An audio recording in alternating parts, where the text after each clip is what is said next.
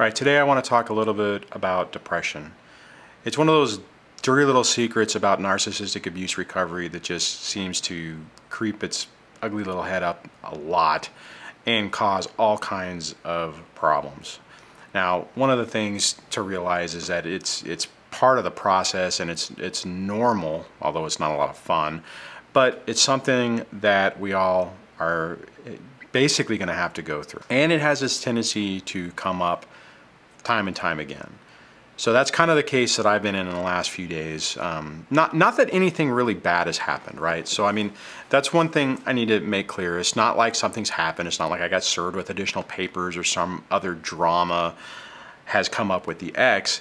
It's just one of those things where it comes up from time to time, and typically in my situation, it's whenever I get a little bit overwhelmed and a lot of little things add up to cause a bunch of drama. I think it's important to talk about that because I think it's something that a lot of people go through, and you might be going through yourself.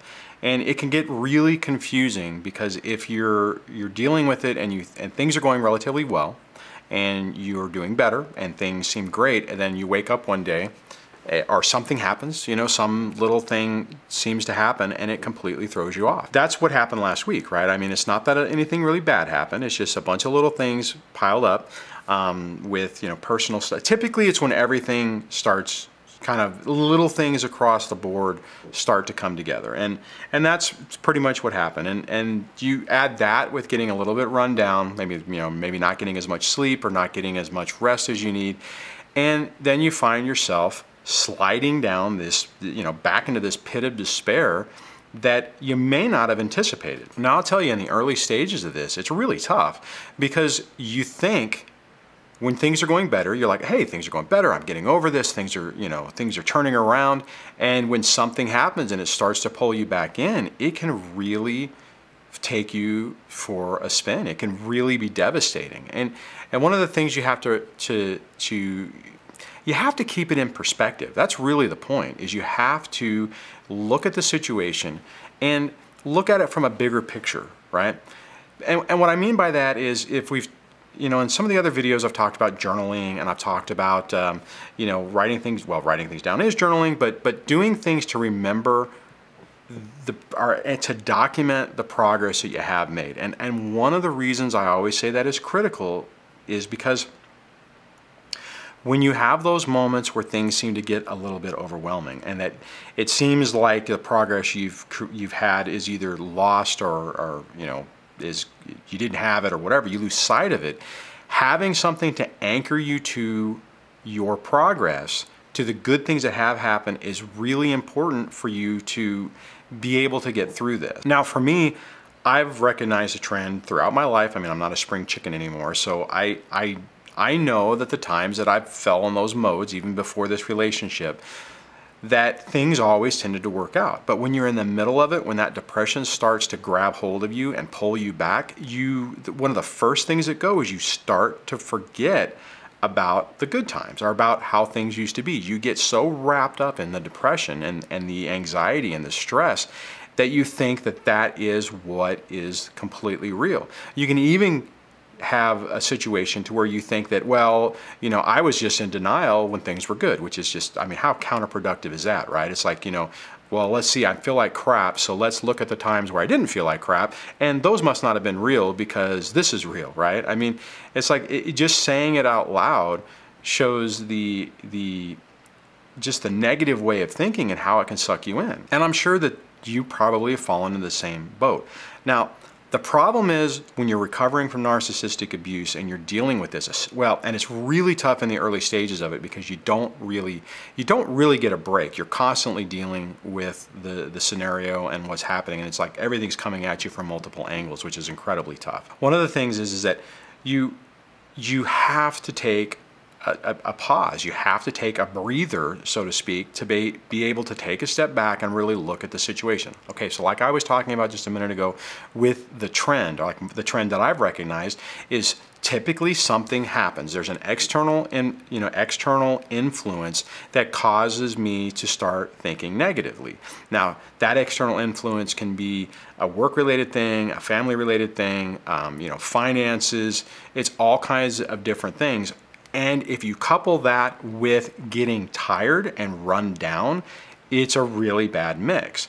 So if you find yourself in a situation where you are starting to slide down that pit of despair, take an objective view at everything that's going on. Look at what's going on. Now, you may notice that maybe you're working. I remember a few months ago, a person was having a really tough time and their whole world was falling apart. And when I asked them about what was going on, well, they had just worked like a 20-hour shift, and hadn't had any sleep and were completely worn down, and then came home and then got nailed with, I don't remember if it was a court thing or some email or something from their ex, and it completely rocked, it basically rocked their world. And in context, it makes sense.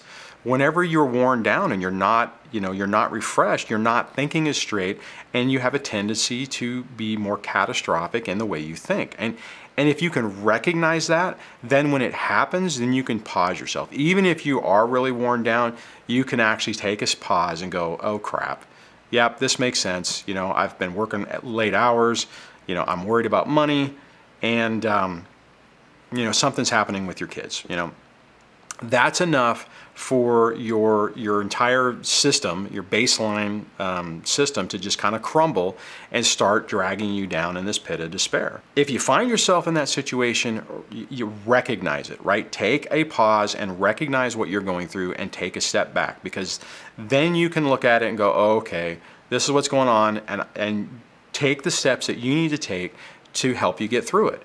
In my situation, typically it's when I get really run down and worn down and I need rest, right? So my go-to is sleep. I know that I can get really worn down and tired rather quickly. So I spent basically the majority of this weekend, which unfortunately means it wasn't very productive, but I spent it sleeping, resting, when I was awake, watching some movies. I actually even took a break from the channel, so I haven't really looked at as many of the comments or anything that's been going on. I did start answering some today, but that's what I did, right? I recognized what I was going through and what I needed to do to get myself back on track. And that's the same thing you have to do. And what works for me may not work for you. You might have to, your go-to thing might be something different. Now, as long as it's not alcohol or drugs, self-medication, you don't want to do anything like that. But if you can find positive, constructive things to help you get through it, or to help you get the rest and get recharged to get back on track, that's what you need to do. Guys, I know it's easier said than done. And then one of the reasons I'm making this video is because I know that I just recently ran into, it's mild. What I'm going through right now is pretty mild, but it's still something that I know that you are going to have to deal with, and I know that you're going through. So I thought it would be good to basically put a video out there saying, look, I go through the same things.